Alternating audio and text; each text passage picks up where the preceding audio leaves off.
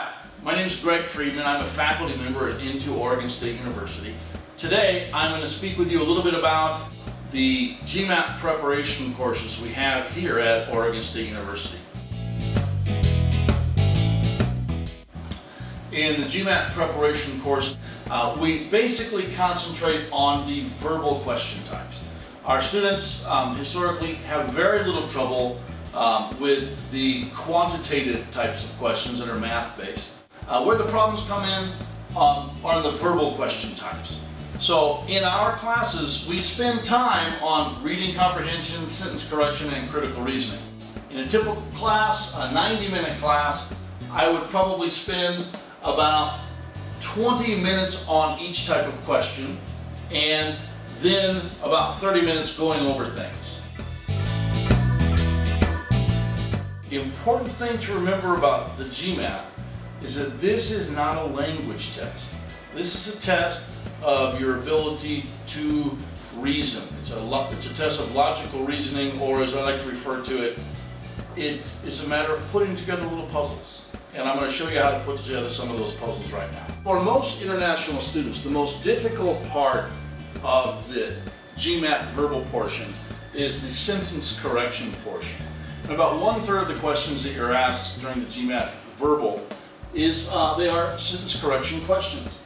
And they're difficult. It's not your English language ability they're testing.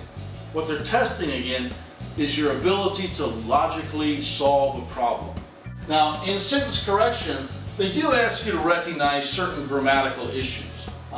You need to pay attention to noun-verb agreement, pronoun agreement, the use of unambiguous modifiers. These things are what you need to pay attention to, but you can do it in a very systematic process that allows you to save a lot of time, and I'll show you that right now.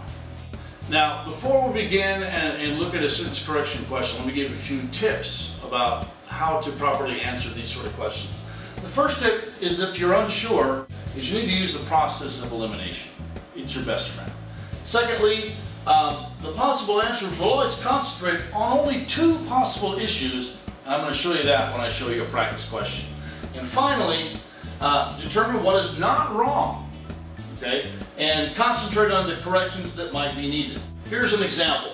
The philosophy of the Founding Fathers, the political and military leaders who led the country to independence, have been the subject of an increasing amount of biographies. Now, the first time I read this question, I could tell something was a little bit wrong. So I looked down at the answer choices. Now, answer A always means there's nothing wrong at all. Okay? Now, but the other ones are what's important here. And as you see, you have this have been, have subjective, has been, and has been. So one of your options is that there's a problem right here of the verb. And if we look here, have been the subject. What is have? What have been? Well, it's the philosophy, and that's singular, so this is wrong. So that has to be has been. So we go down here, we know it's not A, we know it's not B, we know it's not C, using the process of elimination. And now we're just left with D and E to choose from. So we need to look at it again. Have been the subject of an increasing amount of biographies, has been the subject of an increasing amount, or has been the subject of an increasing number.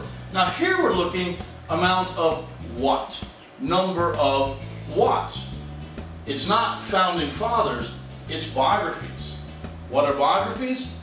They're pictures of life, they are books. Increasing amount, increasing number, is this countable or uncountable? Books, 1 book, 2 book, 3 books, that's countable. So your answer is E, has been the subject of an increasing number of biographies.